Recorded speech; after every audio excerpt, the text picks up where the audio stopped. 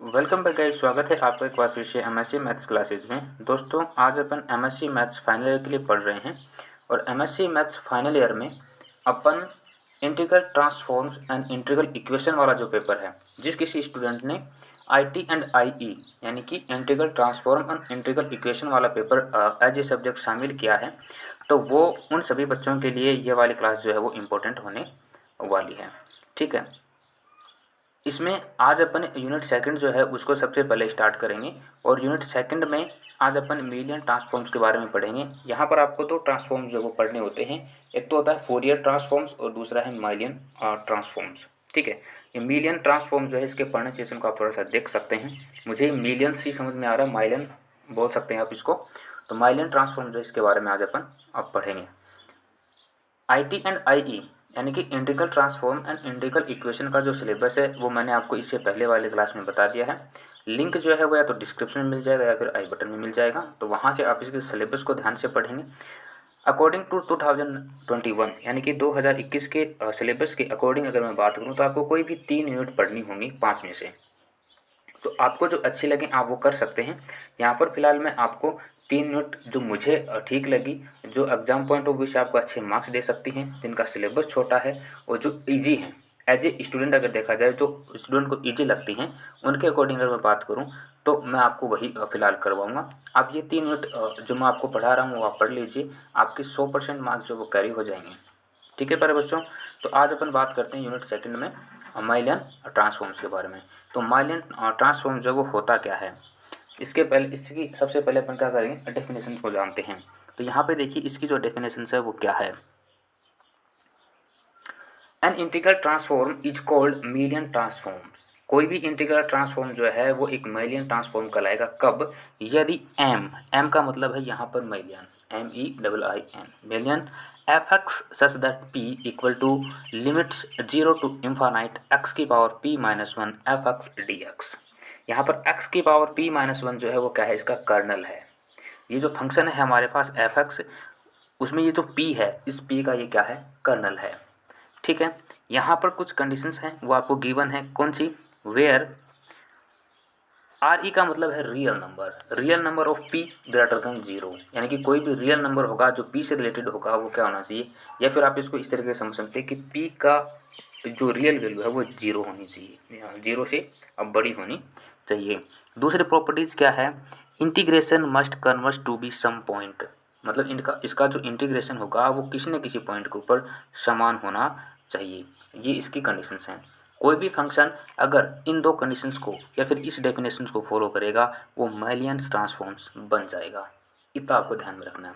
ठीक है, inverse million transform जो है इसके बारे में भी पढ़ेंगे। एग्जाम पॉइंट ऑफ व्यू से वो बहुत ही ज़्यादा इंपॉर्टेंट है। वो लगभग आपसे 3 से 4 बार अब तक पूछा जा चुका है। अगर मैं बात करूँ 2013 से लेकर के 2013 से 2020 के पीरियड की अगर मैं बात करता हूँ तो वो 3 से 4 बार जो है वो आपसे एग्ज़ाम में पूछा जा चुका है। ठीक है, तो उसको अपन जब मिलियन ट्रांसफॉर्म पढ़ेंगे तो मतलब इससे जो नेक्स्ट क्लास होगी उसके बारे में अपन इन्वर्स मिलियन ट्रांसफॉर्म्स के बारे में पढ़ेंगे। ठीक है, तो उसको अपन ड्राइव करके बताएंगे। अब यहाँ पर कुछ बातें हैं जो आपको याद रखनी होती हैं कि जो मिलियन ट्रांसफॉर्म होता है उसकी कुछ प्रॉपर्टीज होती हैं। ठीक है, मतलब कोई भी फंक्शन जो है, आपको कोई फंक्शन दे दिया जाए तो उसमें कुछ प्रॉपर्टीज मतलब इम्प्लीमेंट होंगे, उसको अप्लाई करना होता है। जैसे मैं आपको कोई फंक्शन दे दूँ और कहने का मतलब है कि आपको कोई काम दिया जाता है, उस काम की कुछ शर्तें आपको दे दी गई, तो आप बता सकते हो कि ये काम इस तरीके से नहीं तो फिर इस तरीके से होगा, इस तरीके से नहीं तो फिर इस तरीके से होगा, है ना। उन्हीं उसी तरीके से बैलेंस ट्रांसफॉर्म है अपना, इसकी भी कुछ प्रॉपर्टीज़ हैं। ठीक है, तो यहाँ पर अपन आज की क्लास में 4 प्रॉपर्टीज़ के बारे में पढ़ेंगे। टोटल 6 प्रॉपर्टीज़ आपको देखने को मिलती हैं, तो आज अपन यहाँ पे 4 प्रॉपर्टीज़ जो हमको पढ़ेंगे। तो पहली प्रॉपर्टीज़ जो है वो यहाँ पर गिवन है कि if m f x p equal to f p then, यानी कि ये कहा है आपको कि यदि ये हो, ये वाला फंक्शन हो, तब आपको ये वाला फंक्शन जो है उसको प्रूव करके बताना है। कहीं भी आपको ये वाली प्रॉपर्टी देखने को मिल जाए तो आप उसमें से डायरेक्ट इसको ये लिख सकते हैं।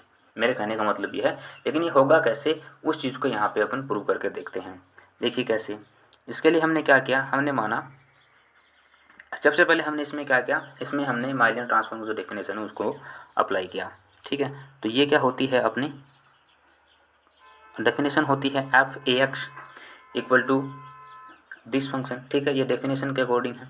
यहाँ पर हमने क्या किया, ये जो ए एक्स है, इस ए एक्स को हमने इस तरीके से ड्राइव किया, a x equal to t, इसका क्या करेंगे डिफ्रेंशिएशन, तो d x equal to d t upon a, ठीक है। अगर लिमिट x इक्वल टू 0 है तब t इक्वल टू भी 0 होगा, और अगर limit x equal to infinite है तब t इक्वल टू इन्फानाइट होगा। इस चीज़ को ध्यान में रखना है। तो यहाँ पर ये जो वैल्यू हमने मानी है, इस वैल्यू को यहाँ पर रखेंगे, तो इस फंक्शन को हम इस तरीके से लिख सकते हैं।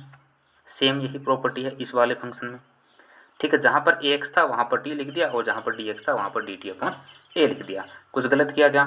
कुछ गलत नहीं किया। चलो मैं एक बार बता देता हूँ। जैसे यहाँ पर ये ए एक्स था, इसकी जगह हमने टी लिखा, यहाँ पर ये डी एक्स था, इसकी जगह हमने डी टी अपॉन ए लिखा, तो यहाँ पर डी टी और अपॉन ए, ये जो ए है यहाँ को, इसको मैंने यहाँ पे लिख रखा है, पहले इसको मैंने बाहर निकाल लिया। आया समझ? चलो ठीक है।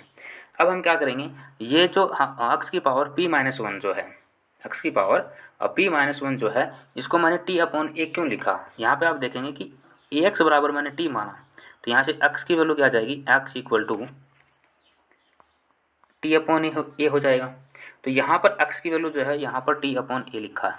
सिंपल सा काम किया है, याद रह जाएगा। मतलब सिंपल सा ये कि आपको ये मानना है, और यहाँ से आपको जो वैल्यूज है उनको थोड़ा सा ऊपर नीचे करके यहाँ पे लिख देना है। ओके, इसके ऊपर p-1 को अप्लाई करते हैं, तो हमें क्या मिलेगा देखने को, हमें ये मिलेगा, ये वाली प्रॉपर्टी, ठीक है। थोड़ा सोल्व करेंगे तो हमारे पास ये आ जाएगा। जैसा हमें कहा था हमने वैसा करके बता दिया सिंपली। अब देखिए सेकंड प्रॉपर्टी क्या है। सेकंड प्रॉपर्टी में कहा गया है कि if Mellin transform f x such that p equal to f p, then x की power a f x p equal to f of a plus p plus a, ठीक है। तो कोई फंक्शन अगर ऐसा है, दिखने में ऐसा है, तो वो इस वाली प्रॉपर्टी को फॉलो करेगा। सिंपल, कैसे करेगा वो जान लेते हैं। वो करेगा, सबसे पहले हमने इसमें क्या किया, माइलेंस ट्रांसफॉर्म की डेफिनेशन लगाई, तो डेफिनेशंस के अकॉर्डिंग हम इसको इस तरीके से लिखेंगे, लिख दिया, कोई दिक्कत नहीं, होनी भी नहीं चाहिए। यहाँ पे देखो, जब आधार समान होता है तो घातें क्या हो जाती हैं, जुड़ जाती हैं। तो यहाँ पर हमने इसको इस तरीके से लिख दिया, एक्स की power p plus e -1 f x d x, not a problem. इसको हमने क्या लिखा, f into f of p plus a, क्यों लिखा, बाय डेफिनेशंस ऑफ माइलेंस, जो अपनी मेलेंस की जो डेफिनेशन है, मेलेन ट्रांसफॉर्म की डेफिनेशन है, उसके अकॉर्डिंग हम इसे इस तरीके से बता सकते हैं। देखो क्यों बता सकते हैं, यहाँ पर गिवन है ये वाला फंक्शन, इसलिए बता सकते हैं, ठीक है। थर्ड प्रॉपर्टी जो है वो क्या है हमारी,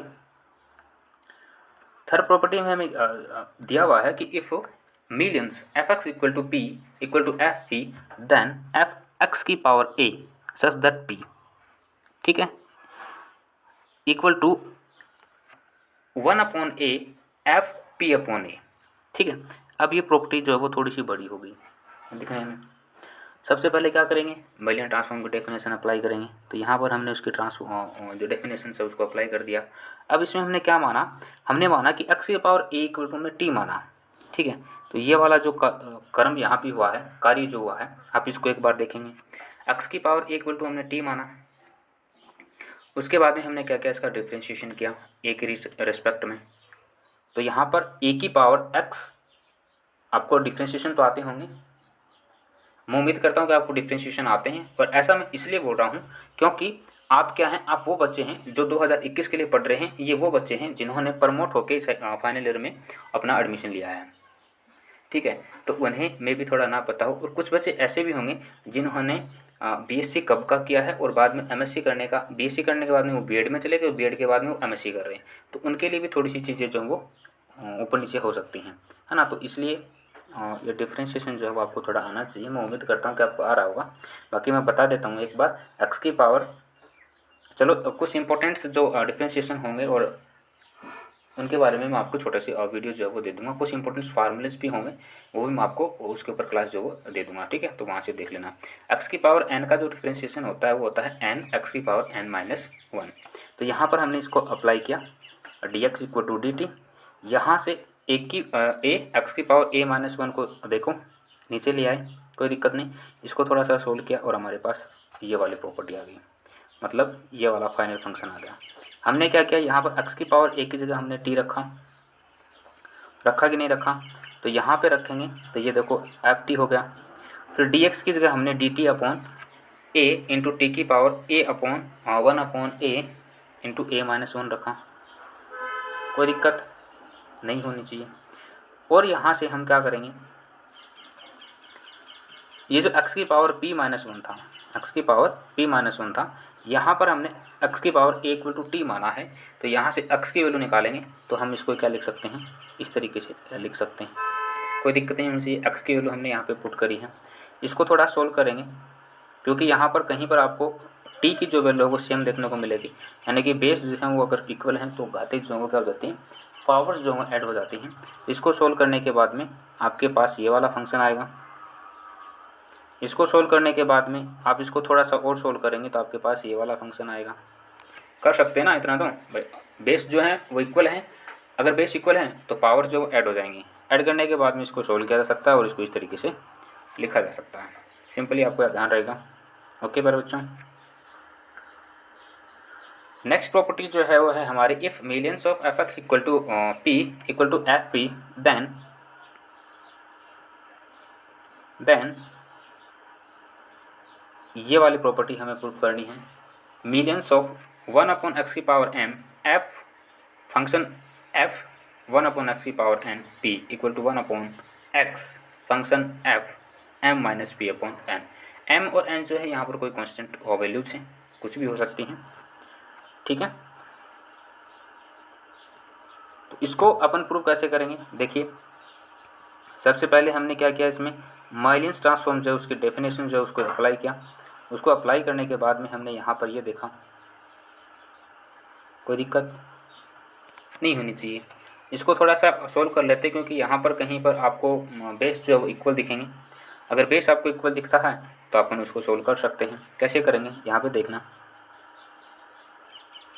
इसको अगर उल्टा लिखा जाए तो x की पावर -n लिखा जा सकता है, जैसा कि हमने यहाँ पर इसको लिखा है, कोई दिक्कत नहीं। यहाँ पर इसको थोड़ा सा उल्टा करके लिख देंगे और बेस जब समान है तो अपन इसको क्या कर देंगे, इस तरीके से बता सकते हैं। बताने के बाद में हमने क्या किया, x की पावर -n इक्वल टू हमने t माना। थोड़ा सा सोल्व करेंगे तो हमारे पास ये इतनी सारी राम कथा जो वो आ जाएगी। कर सकते हैं इतना तो आप, कोई दिक्कत नहीं। जैसा जैसा किया मतलब डिफरेंशिएशन कर दिया, वहाँ से dx की वैल्यू ले ली और जो जो वैल्यू हमने मानी है उनको हमने इस वाले फंक्शन में पुटअप कर दिया। तो पुट करेंगे तो हमारे पास ये वाली वैल्यू आ जाएगी, ठीक है। इसको थोड़ा सोल्व करेंगे तो ये वाली वैल्यू आ जाएगी। थोड़ा सा इसको भी सोल्व कर लेते हैं तो ये वाली आ जाएगी, और इसको भी सोल्व कर लेंगे तो जो फंक्शन में गिवन है वो आ जाएगा, ठीक है। इतना आप कर सकते हैं। अगर इन क्लासों में आपको कोई बात जो समझ नहीं आई है, इस क्लास में आपको अगर कोई बात समझ नहीं आई है तो आप क्या करेंगे, कमेंट बॉक्स में उस चीज़ के बारे में पूछेंगे, मैं आपको निसंदेह उस चीज़ के बारे में ज़रूर बताऊंगा, ठीक है। पर बच्चों तो आज की क्लास में इतना ही। पीडीएफ जो है वो आपको लिंक, पीडीएफ का लिंक डिस्क्रिप्शन में मिल जाएगा, वहाँ से आप इसका नोट्स जो है वो